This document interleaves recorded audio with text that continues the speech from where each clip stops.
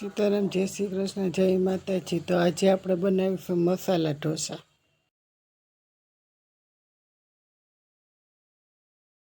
મસાલા ઢોસા બનાવવા માટે આપણી પાસે અડદની દાળ છે તે 1 વાટકો છે, તો આપણી પાસે ખીચડિયા ચોખા છે તે 3 વાટકા લઈ લીધા છે। તો આપણે દાળને ચોખાને ભેગા કરીને આપણે ધોઈને પલાળી દેશું। તો આપણે આ રીતે સરસ મજાનું ખીરું ઘરે બની જશે। તો 8 કલાક પલાળી લેશું।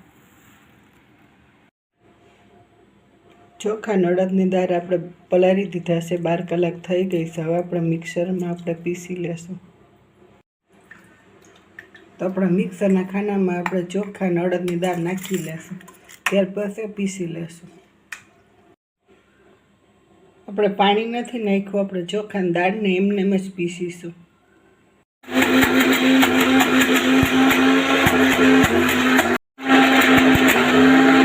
મિક્સરમાં દાળ અને ચોખાને પીસી લેશું। તો આપણી ચોખા અને દાળ આ રીતે સરસ મજાના પીસાઈ ગયા છે। તો આ રીતે આપણે લોટ સારવાનો ચાયણો છે તે રાખી લીધો છે, તેમાં આપણે તો આ રીતે આમાં નાખી દીધું લેશું। તો આપણે આ રીતે એકદમ સરસ મજાનું ખીરું તૈયાર છે।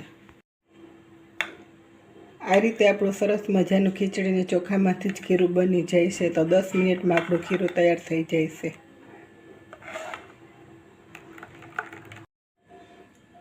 આપણે સંભાર બનાવવા માટે તુવેર દાળ છે તેને બાફવા મૂકી દેશું। તો આપણે શાક માટે બટેટા છે તેને ધોઈને બાફવા મૂકી દેશું।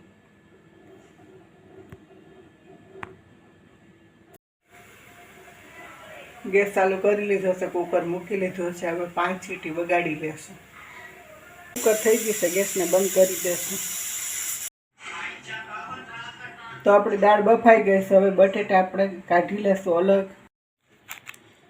આપણે સંભાર વઘારવા માટે આપણે ડુંગળીને સુધારી લેશું। તેલ મૂકી લીધું છે, આપણે ગેસ ચાલુ કરી લીધો છે। હવે આપણે તેલ થઈ જશે એટલે બધા મસાલાને નાખી લેશું। તો આપણે બધા મસાલાને વઘારમાં નાખી દઈશું।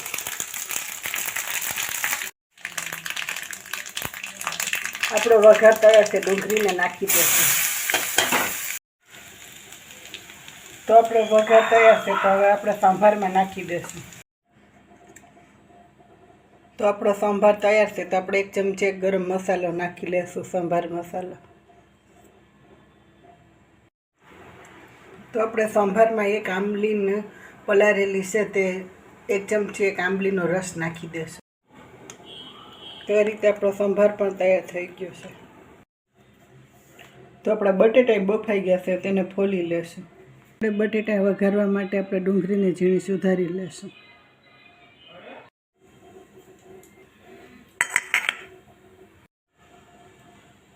તેલ મૂકી લીધું છે, આપણે ગેસ ચાલુ કરી લીધો છે। હવે આપણે તેલ થઈ જશે એટલે બધા મસાલાને નાખી લેશું।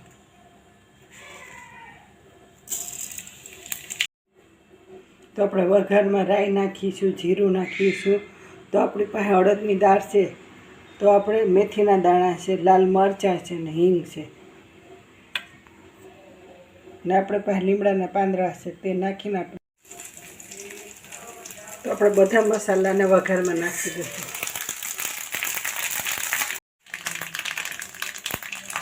આપણો વઘાર તૈયાર છે, ડુંગળીને નાખી દઈશું।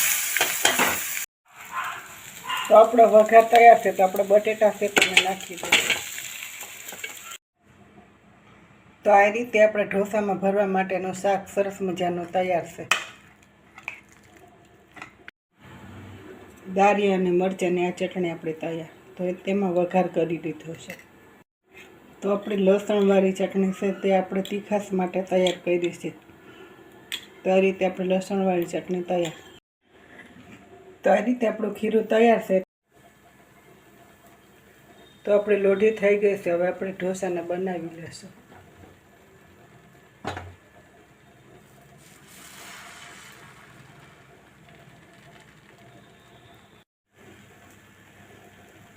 તો આપણે લસણવાળી ચટણી નાખી લેશું,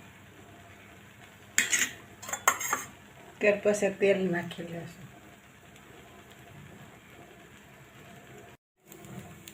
તો આપણો ઢોસો બધી બાજુથી આ રીતે ઉકળી ગયો છે. હવે આપણે મસાલો નાખી લેશું.